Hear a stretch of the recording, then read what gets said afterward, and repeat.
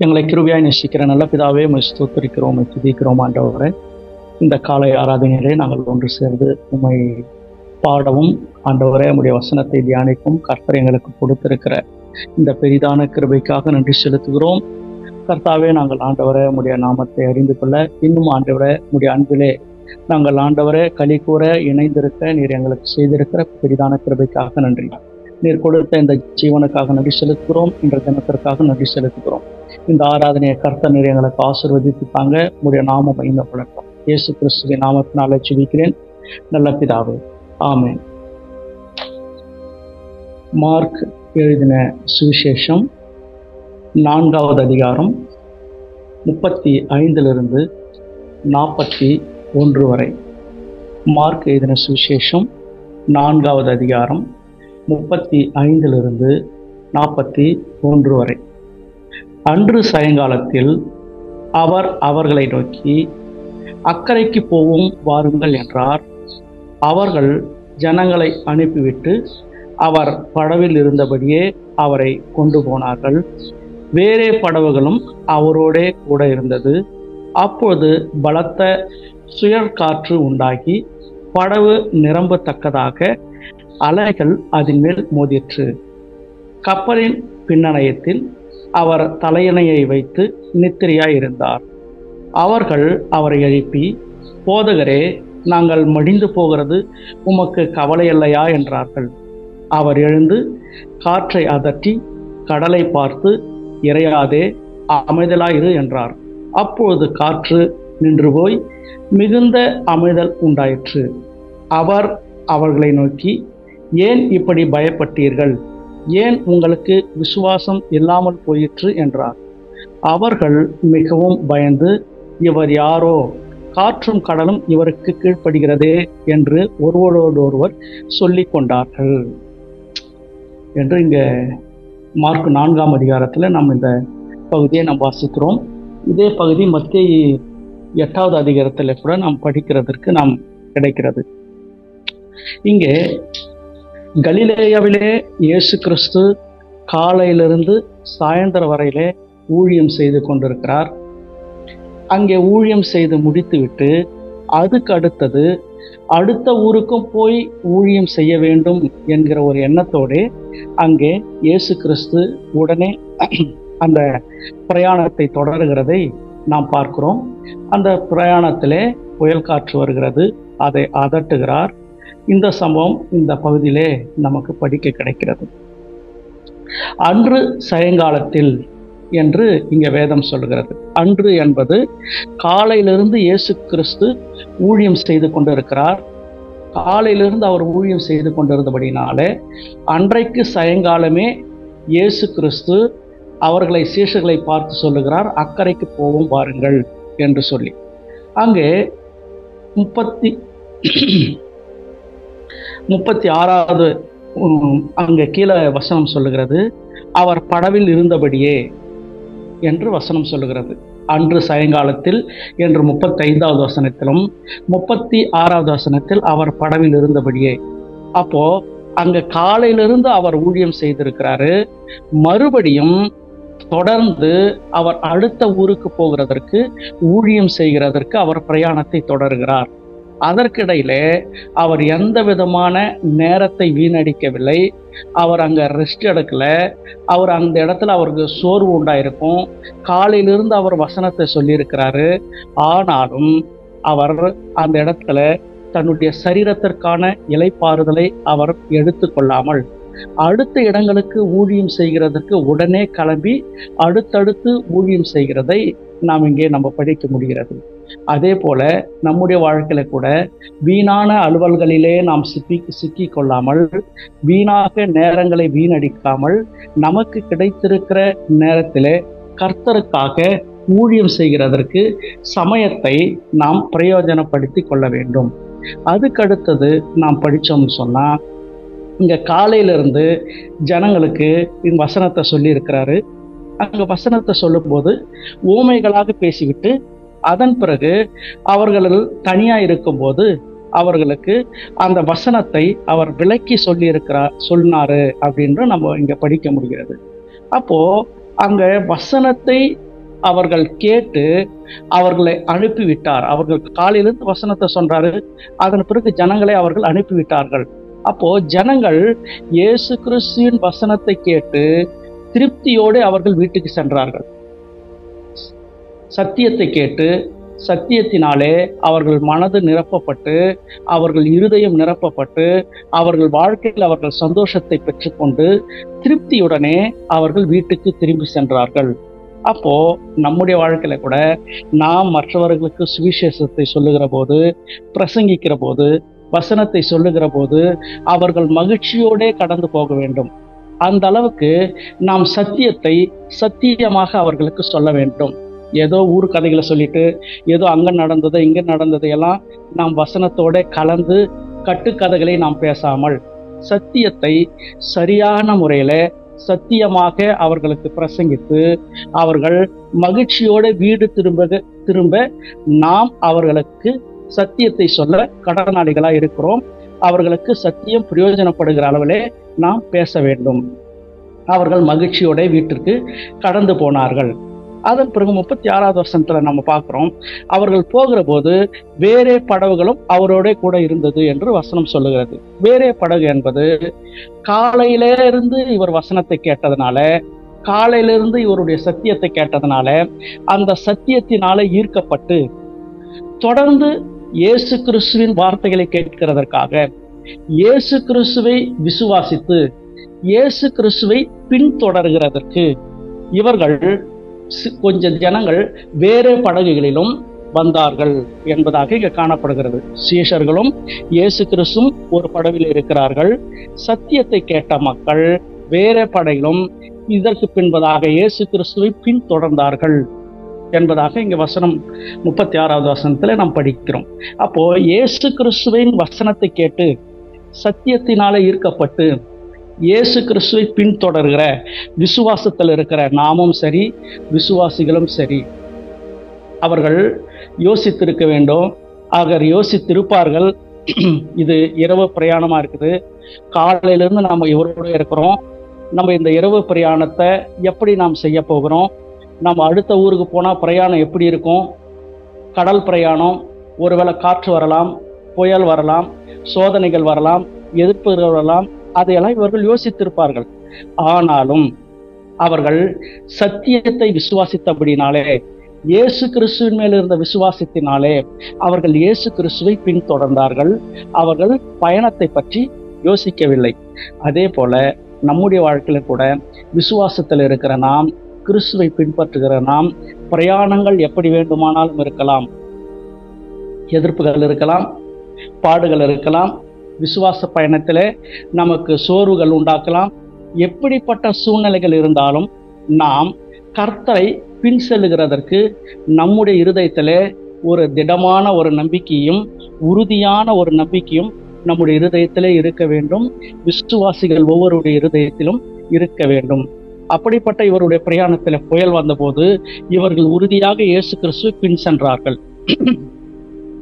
அடுத்தது நாம படிக்கிற போது இவர்கள் பிரயாணத்தை உடனே தொடர்ந்தார்கள். வீட்டுக்கு சென்று இவர்களுக்கு நாளைக்கு தேவையானதையோ அல்லது வழிக்கு தேவையானதை இவர்கள் தேடவில்லை. அவர்கள் படவிலே காலையிலிருந்து இயேசு கிறிஸ்து அங்க கலிலேயாவிலே அவங்க பிரசங்கிக்கிறாரு. அந்த படவை அப்படியே நகர்த்தி கொண்டு அப்படியே இவர் கதறினருடைய நாட்டுக்கு போகிறார்கள். இவர்கள் வீட்டுக்கு சென்று குளிரா இருக்கும், இல்ல வெயிலா இருக்கும், இல்ல மழையா இருக்கும், இல்ல நம்ம வேற துணி எடுத்துக்கலாம், இல்ல நமக்கு சாப்பாடு கட்டிக்கலாம், இல்ல வேற ஏதோ ஒரு உடலுக்கு தேவையான அவர்களுடைய வசதிகளுக்கு தேவையான காரியங்களை அவர்கள் தேடவில்லை. தொடர்ந்து ஊழியத்திலேயே இடைப்பட்டார்கள். அவர்கள் பயணம் தொடர்ந்து ஊழியத்தை நோக்கியே, அடுத்தடுத்த கிராமத்தை நோக்கி, அடுத்தடுத்த ஊர்களை நோக்கி இயேசு கிறிஸ்துவனுடைய தாகம் இருந்தது. அதை தொடர்ந்தே சீஷர்களும் சென்றார்கள். அப்போ நம்முடைய வாழ்க்கையில கூட நம்முடைய போகிற இடத்துக்கெல்லாம் நம்முடைய சரீரத்துக்கு ஏற்றதை, நம்முடைய குடும்பத்திற்கு ஏற்றதை, நம்முடைய வாழ்க்கைக்கு ஏற்றதை நாம் யோசிக்காமல், தேடாமல், கர்த்தரையே பின்பற்றி கர்த்தருடைய தாகத்தையே நம்முடைய ஏக்கமாக, நம்முடைய தாகமாக நினைத்து நாம் இயேசு கிறிஸ்துவையே பின்பற்றி செல்ல வேண்டும். ஏனென்று சொன்னால் இவர்கள் சரீர தேவைகளை அவர்கள் தேடவே இல்லை. அடுத்தடுத்து போய்கிட்டே இருந்தாங்க அப்படின்றதையும் நம்ம இங்க பார்க்க முடிகிறது. அதன் பிறகு இங்க என்ன பண்றோம்னு சொன்னா, இங்க பிரயாணம் இருக்குது. பிரயாணத்துல போகிற போது இங்கே புயல் காற்று அடிக்குது. இங்கே அவர்கள் போனது சிறிய படகா இருந்தபடினாலே அங்க தண்ணீர் படகுல நிரம்புது. அந்த படகு மூழ்கிற நிலைமைக்கு போய்விட்டது. அப்போ உடனே சீஷர்கள் பயப்படுறாங்க. அவருடைய பயத்தினாலே விசுவாசம் குறைந்து போகிறது. அப்போ அவர்கள் கலக்கம் அடைந்து அவர்கள் என்ன பண்றாங்கன்னு சொன்னா, இயேசு கிறிஸ்துவை எழுப்புறாங்க. இயேசு கிறிஸ்து வந்து ரெஸ்ட் எடுக்காதபடினால அப்படியே அங்க கொஞ்சம் ஒரு சாதாரண ஒரு நித்திரையில இருக்கிறார். அவர்களோட கூட தான் இருக்கிறாரு. அவர்கள் சென்ற படவில தான் இருக்கிறார். ஆனாலும் இவர்கள் பயந்து போய் இயேசு கிறிஸ்துவை பார்த்து இவர்கள் எழுப்பி, நாங்கள் மடிந்து போகிறோம், உங்களுக்கு என்ன கவலையே இல்லையா, தூங்கிக்கிட்டே இருக்கிறீங்களே என்று சொல்லி இயேசு கிறிஸ்துவை இங்கே சீஷர்கள் எழுப்புகிறதற்காக இயேசு கிறிஸ்துவிடம் இவர்கள் ஜெபிக்கிறதற்காக நம்ம பார்க்கிறோம். இன்றைக்கு நம்முடைய வாழ்க்கையில கூட நம்முடைய படகுகள் நிரம்புகிற போது, நமக்கு பிரச்சனைகள் வருகிற போது, நமக்கு கஷ்டங்கள் வருகிற போது, நமக்கு வேதனைகள் வருகிற போது நாம் ஜெபிக்கிறதாக நினைத்து எதையோ ஒன்றை பெணாத்தி விடுகிறோம். இங்க சீஷர்கள் கூட அப்படிதான். குழப்பமாயிடுச்சு இவங்களுக்கு. இந்த பிரயாணம் இவங்களுக்கு வருத்தமா இருந்தது. இந்த பிரயாணம் இவர்களுக்கு ரொம்ப பாடுகள் நிறைந்ததா இருந்தபடினாலே, கஷ்டம் நிறைந்ததா இருந்தபடினாலே, பயம் நிறைந்ததா இருந்தபடினாலே இயேசு கிறிஸ்து இடத்துல இது ஜபமாக நினைத்து இவர்கள் என்ன சொல்றாங்கன்னா, நாங்கள் மடிந்து போகிறோம், போதகரே நாங்கள் மடிந்து போகிறது உமக்கு கவலை இல்லையா என்கிறார்கள். இன்றைக்கு நம்முடைய வாழ்க்கையில கூட ஜபம் என்று சொல்லி ஏதோ ஒன்றை ஜெபித்து கொண்டிருக்கிறோம். நம்முடைய கவலைகளையும், நம்முடைய பிரச்சனைகளையும், நம்ம பாடுகளையும், நம்ம கண்ணீரையும் சொல்லி சொல்லி ஜெபம் பண்ணிட்டே இருக்கிறோம். ஏதோ ஒன்று பெணாத்திட்டே இருக்கிறோம். ஆனால் அதையெல்லாம் ஜெபம் கிடையாது. விசுவாசத்தோட, பயப்படாமல், இயேசு கிறிஸ்து கூட இருக்கிறார் என்கிற ஒரு நம்பிக்கையோட நாம் நம்முடைய ஊழியத்தையும், நம்முடைய குடும்பத்தையும், நம்முடைய பிரயாணத்தையும், விசுவாச பயணத்தையும் நாம் தொடர வேண்டும். இங்க இயேசு கிறிஸ்து சொன்னாரு, என்ன சொன்னாரு? இவங்க கிட்ட அக்கறைக்கு போவோம் வாருங்கள் என்று தான் சொன்னார். நீங்கள் போவுங்கள் என்று சொல்லவே இல்லை.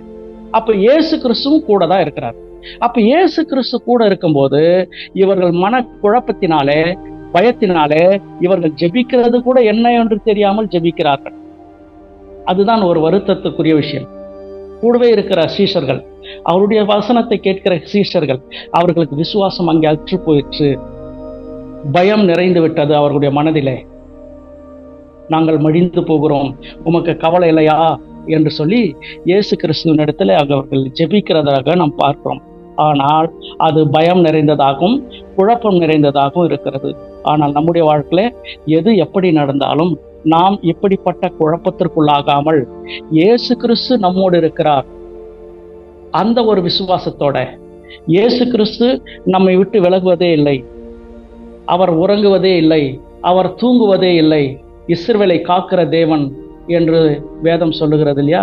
அதே போல இஸ்ரவேலை காக்கிறவர் உறங்குகிறதும் இல்லை, தூங்குகிறதும் இல்லை, நம்மளோட தான் இருக்கிறாரு என்று சொல்லி அந்த ஒரு விசுவாசத்தோட நாம் எந்த விதத்திலும் குழப்பம் அடையாமல் நம்முடைய விசுவாச பயணத்தையும் ஊழிய பயணத்தையும் நடத்துவது சரியானது.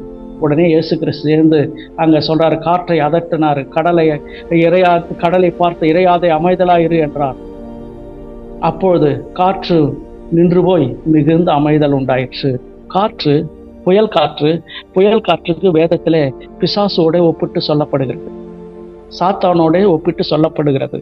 அங்கே சாத்தானை அதட்டுகிறது போல அங்கே காற்றை அதட்டினார், அங்கே அமைதல் உண்டாயிற்று.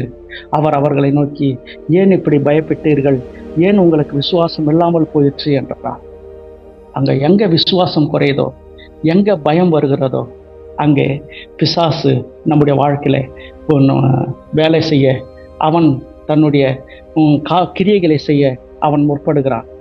ஆனால் எந்த சூழ்நிலையிலும் நாம் விசுவாசத்தோட பயப்படாமல் கர்த்தர் நம்மோடு இருக்கிறார் என்று நம் பயணத்தை தொடர்ந்தால் அது அற்புதம் நிறைந்ததாகவும் தேவனுடைய நாமம் மகிமைப்படுகிறதாகவும் இருக்கும். அப்போது அவர்கள் மிகவும் பயந்து, இவர் யாரோ, காற்றும் கடலும் இவருக்கு கீழ்ப்படுகிறதே என்று ஒருவரோடு ஒருவர் சொல்லிக் கொண்டார்கள் என்று வேதம் இங்கே முடிகிறது. அப்போ காற்றின் மேல அதிகாரம் இருக்கிற, இயற்கையின் மேல அதிகாரம் இருக்கிற ஆண்டவர் நம்மோடு இருக்கிறார். எந்த சூழ்நிலையிலும் நம்முடைய வாழ்க்கையில நாம் தள்ளாடவோ, தடுமாறவோ, பயப்படவோ, நம்முடைய விசுவாசத்தை விட்டு விடவோ கூடாது. அதே போல நாமும் கூட இன்று ஒரு மன்னரை பற்றி நாம் பார்த்தோம் என்று சொன்னால், நார்வேயை ஆண்ட 4ஆம் மன்னன் ஃப்ரெட்ரிக். நார்வேயை ஆண்ட 4ஆம் மன்னன் ஃப்ரெட்ரிக் 1671 ஆண்டிலே பிறந்து 1730 ஆண்டிலே அவர் மரித்தார். டென்மார்க் நாட்டில் உள்ள ஹாப்பன் ஹெக்குவில் 5ஆம் கிறிஸ்டியன் மன்னருக்கும் சார்லட் அமாலி ராணிக்கும் அக்டோபர் 11ஆம் தேதி 1671 மகனாக பிறக்கிறார் ஃப்ரெட்ரிக். 1699 இவர் 4ஆம் மன்னராக பதவியேற்கிறார். அவர் இறக்கிற வரையில அவர்தான் அங்கே மன்னராக வாழ்ந்தார். இவர் வாழுகிற போது வாலிப பருவத்தில் லுத்தரன் திருச்சபையின் வழியாக விசுவாசத்திலும் ஊழிய வழிபாட்டிலும் தேவனுக்கு பயந்து நடக்கிற, கர்த்தருக்கு பயந்து நடக்கிற அந்த பயத்தையும் கற்றுக்கொண்டு கர்த்தருக்காக வாழ்ந்தார். இவர் பதவி ஏற்றப்பட்ட பிறகு அநேக ராஜாக்கள் வாழ்ந்தார்கள். இவருக்கு முன்பதாக அநேக ராஜாக்கள், குறைந்தது 9 மன்னர்கள் இவர்களுக்கு முன்பதாக ஆட்சி செய்திருக்கிறார்கள். 9 மன்னர்கள் இவர்கள் ஆட்சி செய்த போதும் அவர்களெல்லாம் தன்னுடைய பதவியையும் தன்னுடைய ராஜ்யத்தையும் தன்னுடைய பெயரையும் நிலைநாட்டுவதற்காக அவர்கள் ராஜாவாகவும் மன்னராகவும் வாழ்ந்தார்கள். ஆனால் இந்த ஃப்ரெட்ரிக் நம்ம பார்க்குறோம், இவர் தன்னுடைய புகழை நாடவில்லை, தன்னுடைய பெயரை நிலைநாட்ட இவர் விருப்பப்படலை. இவருடைய விருப்பம் எல்லாம் நாம் மன்னராக இருக்கும்போது தேவனுடைய நாமம் மகிமைப்பட வேண்டும் என்று அவர் விரும்பினார். அப்ப தேவனுடைய நாமம் மகிமைப்பட வேண்டும் என்பதற்காக அப்பொழுது இந்தியாவுக்கு சுவிசேஷம் கொண்டு செல்லப்பட வேண்டும் என்பது இவருடைய பெரிய ஒரு ஆசையாக இருந்தது. அதற்காக ஒரு நீண்ட நாளாக யோசித்துக் கொண்டிருந்தார். இந்தியாவிலே எப்படியாவது சுவிசேஷம் சொல்லப்பட வேண்டும். இந்தியாவிலே அவர்கள் கீழே தரங்கம்பாடி என்கிற அந்த நகரம் அவர்களுடைய ஆட்சியில இருந்தது. தமிழ்நாட்டில் இருக்கிற தரங்கம்பாடி. அப்ப அந்த தரங்கம்பாடி பகுதியில நம்ம ஆட்சிக்கு கீழே இருக்கிறபடினால அங்கே நாம் சுவிசேஷத்தை சொல்ல வேண்டும். அங்கே அவர்களுடைய பாஷையில வேதத்தை மொழிபெயர்த்து அவர்களுக்காக நாம் கொடுக்க வேண்டும் என்று ஃப்ரெட்ரிக் ஆசை வச்சார். அதுக்கு முன்னாடி 250 வருடம் 9 மன்னர்களாக 9 மன்னர்களுக்கு கீழாக 250 வருடம் ஆட்சி நடந்து கொண்டிருக்கிறது. தரங்கம்பாடி அவர்கள் கட்டுப்பாட்டில் இருக்கிறது. ஆனால் ஒருவருக்கும் ஆண்டவரை கொண்டு செல்ல வேண்டும் என்கிற எண்ணம் வரவே இல்லை. அவர்கள் வியாபாரங்களை பெரிதாக்குவதற்காகவும் அவர்கள் பெயர்களை நிலைநாட்டுவதற்காகவும் அவர்கள் முயற்சி செய்தார்கள். ஆனால் 4ஆம் மன்னன் ஃப்ரெட்ரிக் இந்தியாவிலே வேதத்தை கொண்டு செல்ல வேண்டும் என்ற ஒரு வாஞ்சை அவருக்கு வந்தது. அதற்கான தகுதியான ஆளை அவர் தேடிக்கொண்டிருந்தார். ரொம்ப நாள தேடுறாரு, இதற்கு யார் தகுதியான ஆள் என்று. அப்போதான் நமக்கு சீகன் பால் என்கிற தேவனுடைய மனிதனை அவர் கண்டுபிடிக்கிறார். சீகன் பால்வையும் ஹென்றி பிளட்ஸாவையும் கண்டுபிடித்து அவர்கள் இருவரையும் தமிழ்நாட்டுக்கு அனுப்புறார். நீங்கள் போய் உங்களுடைய வேலை தேவனுடைய வார்த்தையை அவர்கள் பாஷையில நீங்கள் மொழிபெயர்த்து அவர்களுக்கு நீங்கள் இந்த வசனத்தை நீங்கள் கொடுக்க வேண்டும். அதுதான் அவருடைய வேலையை. அப்ப அவர்கள் இந்தியா வந்து சேருகிறார்கள். இந்தியாவில் இருக்கிற தரங்கம்பாடியில இன்றைக்கும் அடையாளமாக அங்க தேவனுடைய சபை இருக்கிறது, ஊழியம் நடக்கிறது. அந்த இடத்துல முதலாக தமிழ் வேதாகமம் அச்சிட்ட எல்லா அடையாளமும் அந்த இடத்துல இன்னமும் இருக்கிறது. ஆனால் இந்த மன்னர் பாருங்க, தான் வாழ்ந்த காலத்துல தன்னுடைய பெயரையோ தன்னுடைய அந்தஸ்தையோ தன்னுடைய புகழையோ நிலைநாட்டாமல் தேவனுடைய வார்த்தையை கொண்டு செல்ல வேண்டும் என்கிற ஒரு ஆசையும் பாக்கியம் வைத்து அவர் தேவனுடைய நாமத்திற்கு மகிமையாக நம்முடைய பாரத தேசத்துல தேவனுடைய வார்த்தையை கொண்டு வர முயற்சி செய்தார். இன்றைக்கு நம்முடைய வாழ்க்கையில கூட நாமும் அநேக